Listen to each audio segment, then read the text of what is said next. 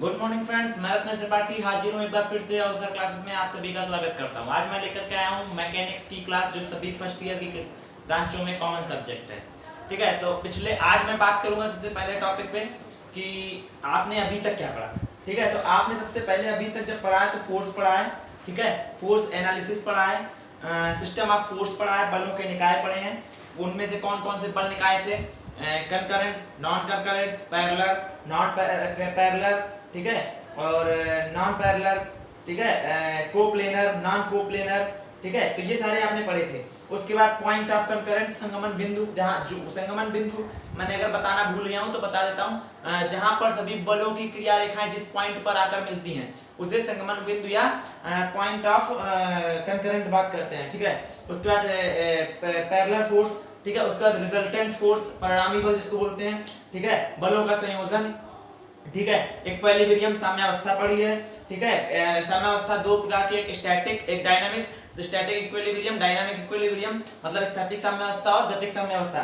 उसके बाद equilibrium force पढ़ा है, क्या होता है। ठीक है, उसके बाद बलों का समांतर चतुर्भुज पढ़ा था, जहां पर हमने रिजल्टेंट की वैल्यू निकाली थी, r = √p² + q² + 2pq cos theta. ठीक है, यहाँ पे हमने जब इसके बाद यहाँ पे हमने दो चीजें और देखी थी। थीटा मैक्सिमम होगा, सॉरी, आर मैक्सिमम होगा कब, जब बताया था थीटा = 0। आर मिनिमम होगा कब, जब थीटा = 180 डिग्री। ठीक है, थीटा = 0 डिग्री। ठीक है, तो ये दो चीजें और बताई थी मैंने। फिर इसके बाद मैंने बताया था कि आपको ज्ञात करना होगा, उसके बाद थीटा मैंने बता दिया था कब मैक्सिमम होगा, कब मिनिमम होगा। उसके बाद मैंने आपको बताया था कि लामी थ्योरम बताई थी, और इसके बाद एक चीज और बताई थी कि tan अल्फा निकालने के लिए, tan अल्फा, ठीक है, वो निकालने के लिए बोला था। और उसके बाद परिणामी किस पॉइंट से कितनी दूर है। तो अगर हम बात करें कि Q से कितना दूर था तो आ रहा था P sin theta upon Q plus P cos theta. Q से कोण जब ज्ञात करना था R का, Q से कोण R का। ठीक है, अब P से जब निकालना था, P से कोण रिजल्टेंट का, तो वो क्या निकाल रहे थे, Q sin theta upon P plus Q cos theta. ठीक है, तो ये दो चीजें भी थी मेन। ठीक है, तो यहां तक ये सब चीजें बात की थी। उसके बाद हमने पढ़ा था बलों के, ये था पैरेललोग्राम लॉ। इसके बाद बलों के त्रिभुज का नियम वो पढ़ा था। उसके बाद उसका जो कन्वर्स था, मतलब या विलोम था, वो पढ़ा था। उसके बाद आए थे हम लोग लामी थ्योरम पे। तो लामी थ्योरम पे हमने निकाला था, लामीस थ्योरम में हमने बात करी थी, लामीस थ्योरम पे हमने बात करी थी P upon sine gamma, Q upon sine beta, R upon sine alpha. ठीक है, तो ये हमने निकाली थी लामी थ्योरम। ठीक है, आज हम बात करेंगे कुछ न्यूमेरिकल्स की। ठीक है, और एक था मैंने बताया था बल बहुभुज का नियम की बात करने के लिए। ठीक है, तो बल बहुभुज का नियम क्या होता है, जैसे आपने त्रिभुजों का नियम पढ़ा था, सेम वही पॉइंट है। यदि किसी पिंड पर कई फोर्स, मतलब अब यहाँ पे क्या है, बलों का सिस्टम पूरा निकाय कार्य कर रहा है। यदि किसी पिंड पर बल निकाय कई बल इस प्रकार कार्य करें कि उन्हें किसी बंद बहुभुज की भुजा द्वारा निरूपित किया जा सके।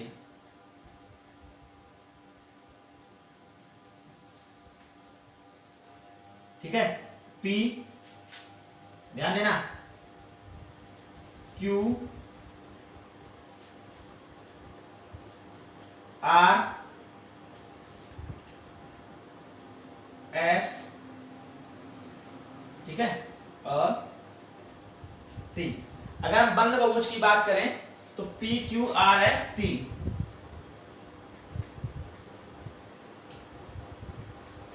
ठीक है, P, Q, R, S और T की बात करें तो मान लिया एक पॉइंट है, ये कोई पॉइंट है, ठीक है, O, जिसपे ये कई सारे बल कार्य कर रहे हैं। इसमें क्या बोला गया, यदि किसी पिंड पर कई सारे बल इस प्रकार कार्य करें कि इन सभी बलों को किसी बंद बहुभुज की लगातार या एक साथ की लगातार भुजाओं द्वारा निरूपित किया जा सके, तो इसे ये सारे बल साम्यावस्था में होगा। तो बोला क्या है इसके अंतर्गत, यदि किसी कण पर कार्य करते हुए बल परिमाण और दिशा में किसी बंद बहुभुज की क्रमानुसार मतलब लगातार पहली दूसरी तीसरी चौथी पांचवी, ठीक है, क्रमानुसार भुजाओं द्वारा निरूपित किए जा सके तो ये सारे बल इक्विलिब्रियम या साम्यावस्था में होंगे। तो अगर बात करें तो हमने मान लिया ये कोई बंद बहुभुज है ए बी सी डी और ई, ठीक है। देखो अगर हम इसकी बात करें तो ये वाला फोर्स P वाला हमने उठा के ये रख दिया, इसी दिशा में जा रहा है, ठीक है।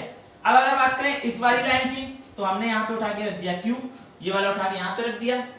अगर इस C और D में बात करें तो ये जो R है, ठीक है, R इधर ही जा रहा है, देखिए ध्यान से, ठीक है। अगर S की बात करें तो S इस दिशा में जा रहा है, ठीक है, और T की बात करें तो T इस दिशा में आ रहा है। तो यदि किसी पिंड पर कार्य करने वाले बलों को किसी बंद बहुभुज की क्रमानुसार ली गई भुजाओं द्वारा निरूपित किया जा सके तो ये सारे force P Q R S T equilibrium मतलब साम्यावस्था में होंगे। ये था बल बहुभुज का नियम। इसका यार यही बोला है। अगर विलोम की बात करें हर जगह उल्टा कर दिया है। यदि कई सारे पिंड पर कार्य कर रहे कई सारे बल साम्यावस्था में हो तो ये सारे बल बंद बहुभुज की एक भुजा क्रमानुसार भुजाओं द्वारा निरूपित किए जा सकते हैं, ठीक है, कोई बड़ी बात नहीं। हाँ, आज एक इंपॉर्टेंट बात आप लोगों को लिए बतानी है। बात यह है कि बीटीयूपी जो आपका बोर्ड है उसके अनुसार 11 जुलाई 11th जुलाई से आपके सेमेस्टर एग्जाम, इस सेमेस्टर का जो एग्जाम है वो आपका स्टार्ट हो सकता है। ये 90% चांस है क्योंकि सुनने में आ रहा है कि डेट शीट भी रिलीज कर दी गई है। आज मैं निकालता हूं, अगर डेट शीट आ गई है तो आप लोगों को बता दूंगा। तो एक बार फिर से सुन लीजिएगा इंफॉर्मेशन। बीटीयूपी बोर्ड के अनुसार आप सभी की बोर्ड के इस सेमेस्टर जो फाइनल सेमेस्टर है तुम लोगों का फर्स्ट ईयर सेकंड ईयर और फाइनल ईयर का जो फाइनल सेमेस्टर के एग्जाम है वो 11th जुलाई से स्टार्ट हो सकते हैं। 90% ये कहा गया है, ठीक है। ये कानपुर पॉलिटेक्निक की तरफ से भी बताया गया है, ठीक है। ये यहाँ एक लखनऊ वाला जो गवर्नमेंट पॉलिटेक्निक से है उससे भी मैंने पता किया है। तो बताया गया है जो फाइनल सेमेस्टर के एग्जाम है, मतलब जैसे फर्स्ट ईयर का सेकंड सेमेस्टर, सेकंड ईयर का फोर्थ सेमेस्टर और थर्ड ईयर का सिक्स्थ सेमेस्टर, इनकी जो सेमेस्टर परीक्षाएं होंगी वो 11th जुलाई मतलब 11 जुलाई से स्टार्ट हो सकती हैं। ये एक इंपॉर्टेंट बात है, ठीक है। तो ये थी। अब हम बात करते हैं कुछ न्यूमेरिकल्स की, ठीक है। तो न्यूमेरिकल्स पे जब हम चलेंगे तो पहला न्यूमेरिकल है आप लोगों के लिए, वो बताते हैं क्या है। और बाकी आप लोग अगर नए हैं जो लोग, वो चैनल को सब्सक्राइब कर दें, इसको शेयर कर दें, पसंद आए तो लाइक जरूर करें। साइड में बेल आइकॉन का बटन है जो घंटी टाइप का बना है उसको जरूर दबाएं, उससे आपके पास नोटिफिकेशन आता रहेगा कब कौन सी क्लास ली गई है, ठीक है। तो अब आते हैं अपने न्यूमेरिकल पे। तो न्यूमेरिकल दिया है 90 न्यूटन की एक वस्तु, कितने न्यूटन की? 90 न्यूटन की, ठीक है। 90 न्यूटन की एक वस्तु दो हल्के धागों द्वारा लटकी है। धागों की लंबाइयां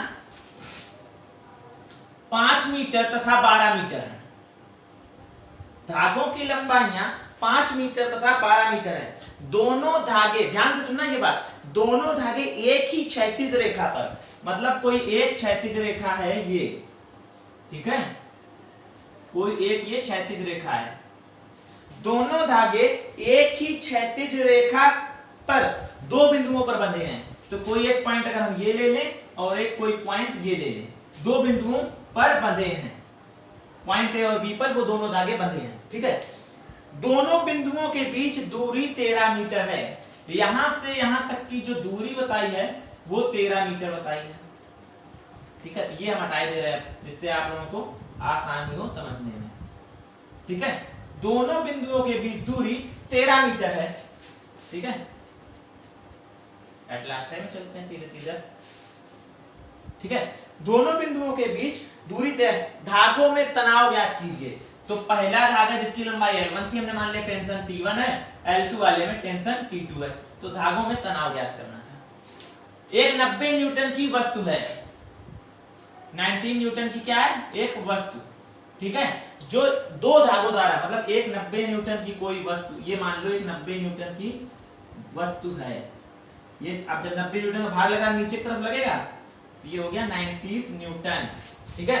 90 न्यूटन की एक वस्तु है जो दो हल्के धागों द्वारा लटकी है, इस पे कोई दो धागे बंधे हैं, ठीक है, ध्यान देना, दो धागे बंधे हैं। तो पहला बताया ये, ठीक है, कितना 5 मीटर का, पहला कितना है 5 मीटर का, ठीक है।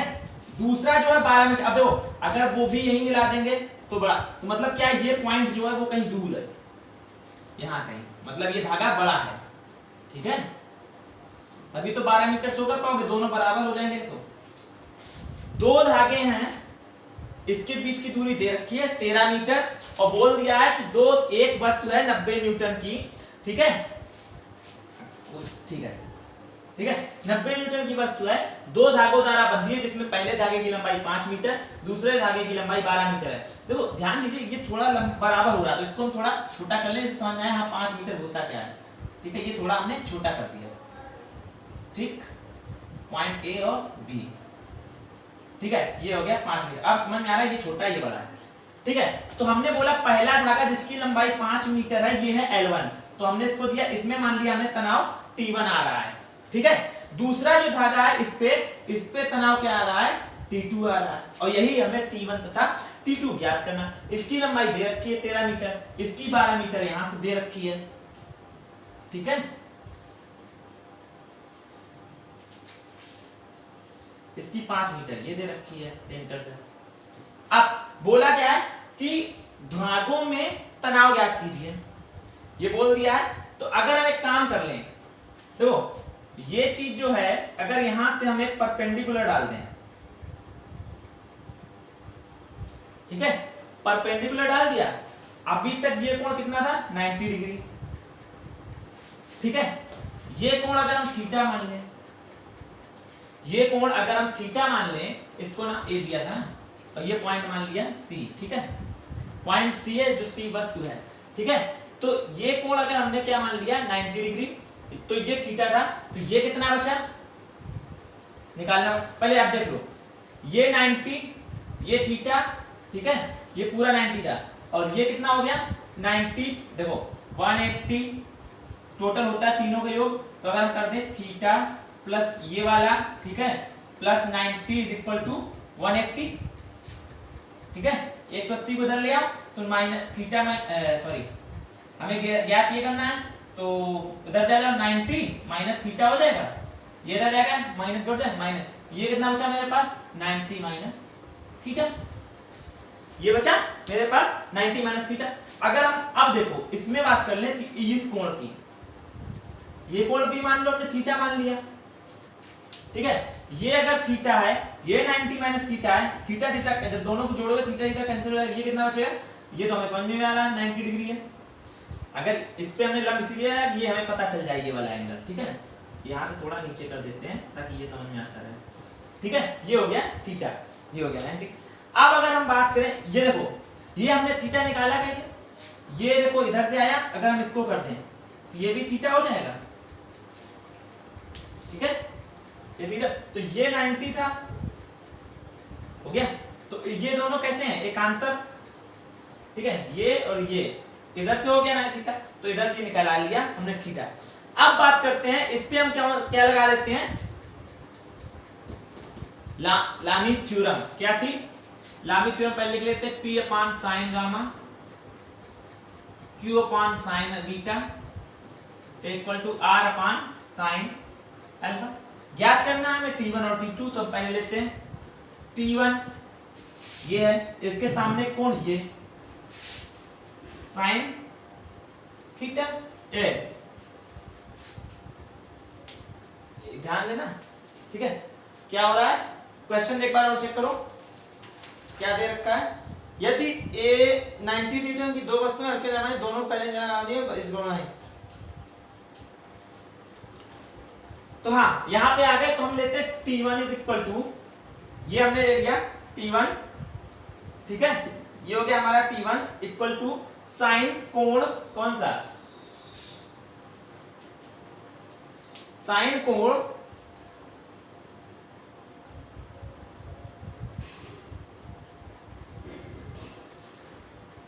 देखो, जब ये पहले हम ले रहे हैं T1, ठीक है,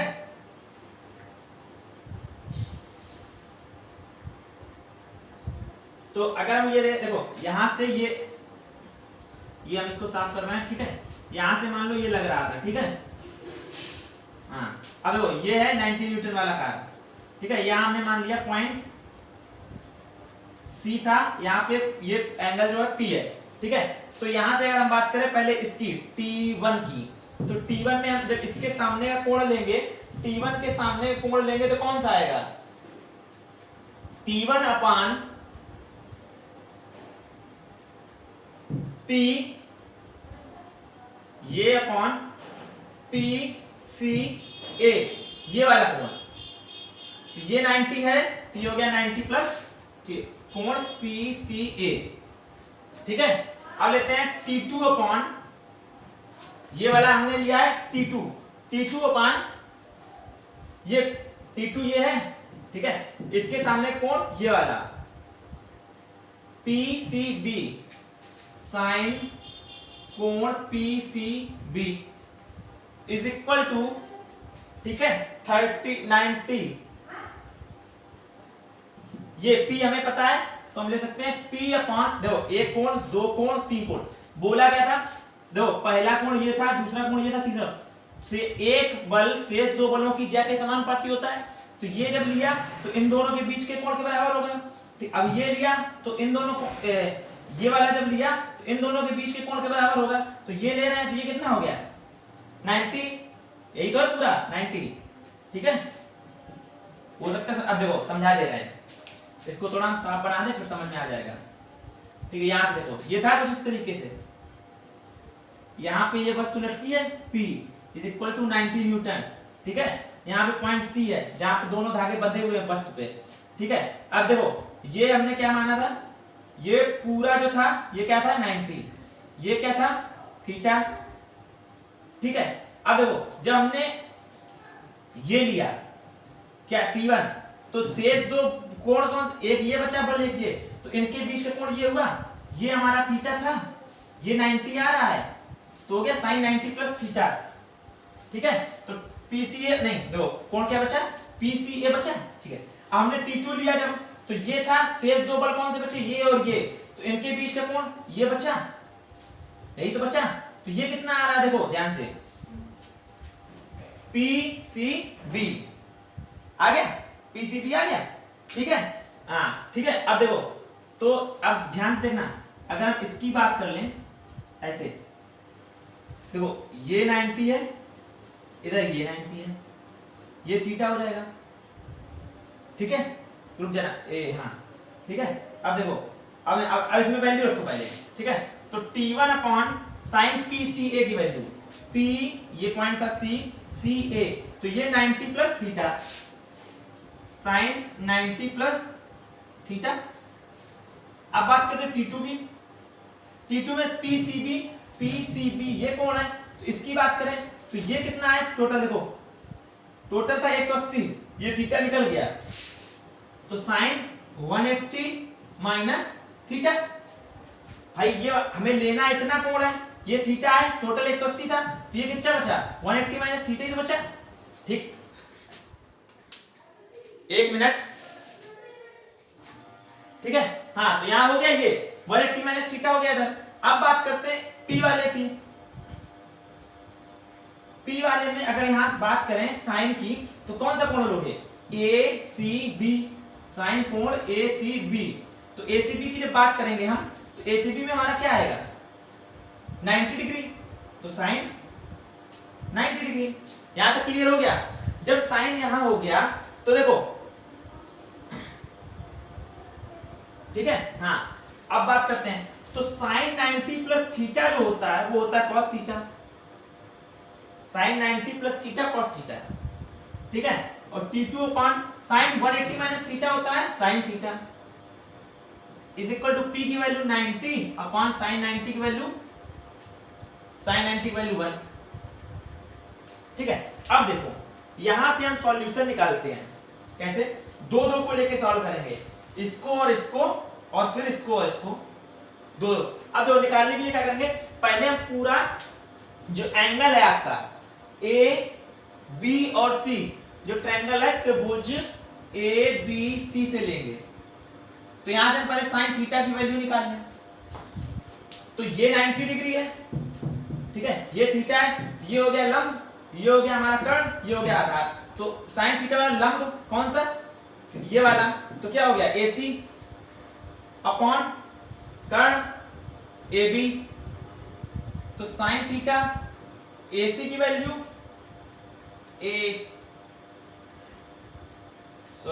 BC हो गया यहाँ पे, लंब ये है ना, BC है यहाँ पे, ठीक है, BC। तो BC की वैल्यू क्या है आपकी, दी थी इसकी 5 मीटर, ठीक है, 5 अपॉन AC की वैल्यू कितनी है, AB की 13, 5/13। साइन थीटा की वैल्यू कितनी आ गई, 5/5/13, ठीक है। अब यहां से हम cos थीटा इसी त्रिभुज में निकालने, cos theta is equal to, तो cos थीटा की वैल्यू ये बेस ये, तो कितना हो गया CB अपॉन AC, ठीक है। तो cos theta is equal to CB की वैल्यू BC की वैल्यू 5/12, ठीक, 5/12। तो ये वैल्यू यहां तक आ गई। अगर ये दोनों वैल्यू उठा के इसमें रख दें यहाँ पे, ठीक है, तो अब हम डायग्राम साफ कर दे रहे हैं, थोड़ा यहाँ पे सॉल्व करने में आसानी हो जाएगी, ठीक है। वो बना रहे आपके काम का है ये चीज, ठीक है। अब सॉल्व करते हैं यहां से ये वैल्यू, तो हम पहले दो को लेते हैं, T1 upon cos theta is equal to यहां से 90, ये वाला छोड़ दिया। अब दो को सॉल्व करते हैं, तो T1 हमें ज्ञात करना है, तो T1 is equal to 90 cos theta.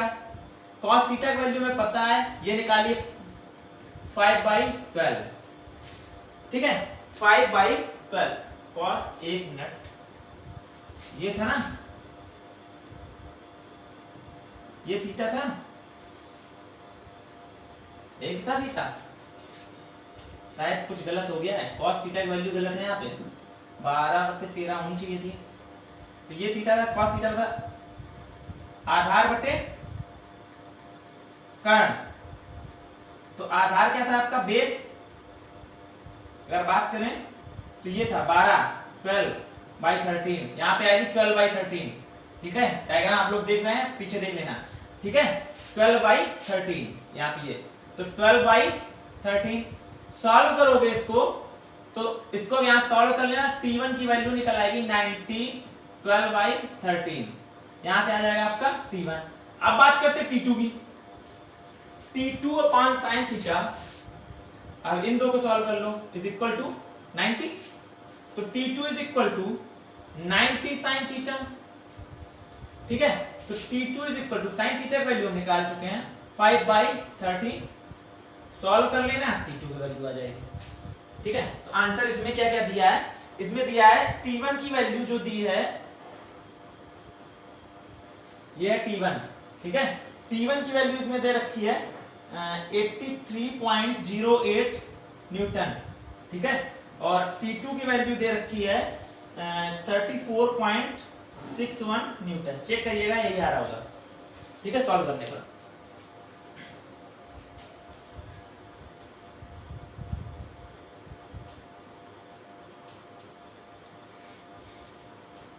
अब एक क्वेश्चन और करते हैं अभी, ठीक है।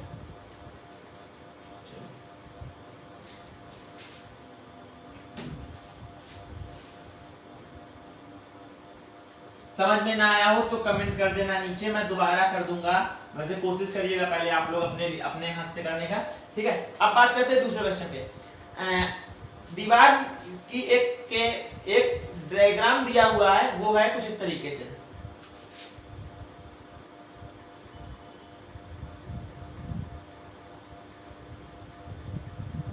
ठीक है। डायग्राम ध्यान से देखिएगा, ठीक है, डायग्राम दे रखा है ये,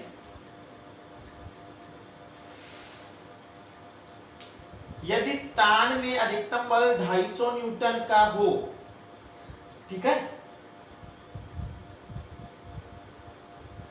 250 न्यूटन का हो, तो सी बिंदु, अच्छा पहले डायग्राम बना लेते हैं। ये पॉइंट, ये P है, ठीक है, यही है तान तुम्हारी, क्या है ये तान, इसको लिखा तान, AB, A बी और ये दिया है पॉइंट सी, इसको कुछ इस तरीके से प्रदर्शित कर रखा है, ठीक है। जब ये दोनों सीधा वो अपने उसके लिए बोल रखा है, ठीक है। पी ए ये दिया है क्यू, ये डायग्राम दे रखा है, बोला है दीवार की एक दीवार की क्रेन प्रदर्शित की गई है, यदि टाई मतलब तान में अधिकतम बल 250 न्यूटन हो, अधिकतम बल 250 न्यूटन हो, इस पे जो बल लग रहा है वो 250 न्यूटन हो, तो कितना भार उठाया जा सकता है जिब के द्वारा। जिब में बल का मान भी ज्ञात कीजिएगा। तो ये है जिब, ठीक है, इसको जिब बोलते हैं। ये तान में दिया है 250 न्यूटन लग रहा है, तो यहाँ पे ज्ञात करना है, और ये पूछा W कितना उठाया जा सकेगा। तो देखो बात करते हैं, तो एक फोर्स ये है, एक फोर्स ये है, एक फोर्स ये है। तो अगर हम बात करें लामीस थ्योरम की, तो पहले कोण को ले तो उसके अपॉन में दोनों के बीच के कोण, दूसरा ले ये वाला तो दोनों के बीच का कोण, तीसरा ले ये तो इन दोनों के बीच का कोण। तो देखते हैं पहला जो फोर्स अगर हम W है इसको लेके चले, तो W अपॉन शेष दो जो बचे PQ के बीच का कोण साइन BCA, ठीक है, साइन BCA। अब अगर दूसरे कोण की दूसरे वाले की बात करें Q की, तो Q अपॉन ये था, तो दो कौन से बचे P और W, तो इन दोनों के बीच का कोण, तो ये कितना था 90। तो हमें बात करनी इस एंगल की, ठीक है, तो हम ये 90 था, ये कितना हो गया 60, 30 निकल गया 60, ये टोटल कितना है 180, भाई 180 तो है, ठीक है। तो 180 प्लस 60 तो क्या हो जाएगा साइन एंगल बी सी और ये पॉइंट, तो मतलब हम सीधे पूरा पूरा लिख दे रहे हैं, कितना है एंगल साइन 180 प्लस 60, ठीक है। 180 ये था प्लस 60 ये आ रहा, ठीक है, हमें लेना था ये वाला, तो 180 यहां से यहां तक था, ये 60 और ले लिया, ठीक है। अब अगर तीसरे की बात करें P, तो P पे हमें दिया कितना 250 न्यूटन फोर्स लग रहा है, ठीक है, अपॉन अब देखो इसके बीच में एंगल जो लेंगे तो बचा कौन सा कोण, ये वाला हमने रेखा ली, तो इन दोनों के बीच कोण, तो ये कितना है 90 डिग्री, तो ये हो गया साइन 90। अगर बात करें साइन 180 प्लस थीटा की बात करें, तो ये हो जाता है minus cos theta, minus sine theta, ठीक है। तो W अपॉन साइन BCA का वैल्यू है sine 30 is equal to Q upon minus sine 60, ठीक है, माइनस साइन 60 अपॉन 250 अपॉन 1, ठीक है। तो अगर हम पहले अब W निकालें, सबसे पहले उसने बोला W, तो W निकालने के लिए इन दो को लेके सॉल्व करते हैं, तो W अपॉन साइन 30 की वैल्यू 1/2 होती है, ठीक है, इज इक्वल टू इसके नीचे 1 मान ले तो 2W हो जाएगा, वो अभी हम मान नहीं रहे, ठीक है, या हटा ही दो उसको, साइन 30 अभी लिखा रहने दो, ठीक है, साइन 30, उससे फायदा हो जाएगा आप लोगों को, सॉल्व करने में आसानी है, इज इक्वल टू 250, साइन 30 को हम ले जा रहे हैं इधर, तो W equal to 250 into sine 30, तो W is equal to 250 into 1/2, 2 Ekam 2 7 2 125 Newton. तो जो भार है W जो उठाया जा सकेगा वो कितना होगा हमारा, W इज इक्वल टू उठाया जा सकने वाला भार इज इक्वल टू 125 न्यूटन। इस क्रेन के द्वारा 125 न्यूटन का भार उठाया जा सकता है, ठीक है। अब बात करते हैं इन दो से लगा के, तो हमें ये कि इस पे कितना तनाव लगेगा, टेंशन फोर्स इस पे कितना आएगा, तो हम लेते हैं Q upon minus sine 60 minus sine 60 is equal to 250, ठीक है। तो Q इज इक्वल टू लें तो माइनस आ जाएगा 250 इंटू साइन 60, साइन 60 की बात अगर करें तो हाँ साइन 60 की वैल्यू √3/2, ठीक है। तो √3/2 अब एक चीज ध्यान देना, माइनस का मतलब क्या होगा वो बताऊंगा, ठीक है। तो 125 √3, 125 √3, इसकी वैल्यू हो जाएगी 0.86, 125 इंटू 0.86, ठीक है, 0.86 आएगा √3 वैल्यू।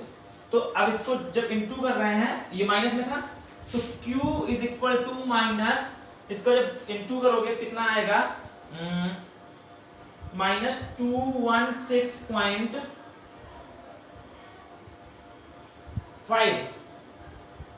न्यूटन। चेक कर लेना, ये आ रहा, ठीक है।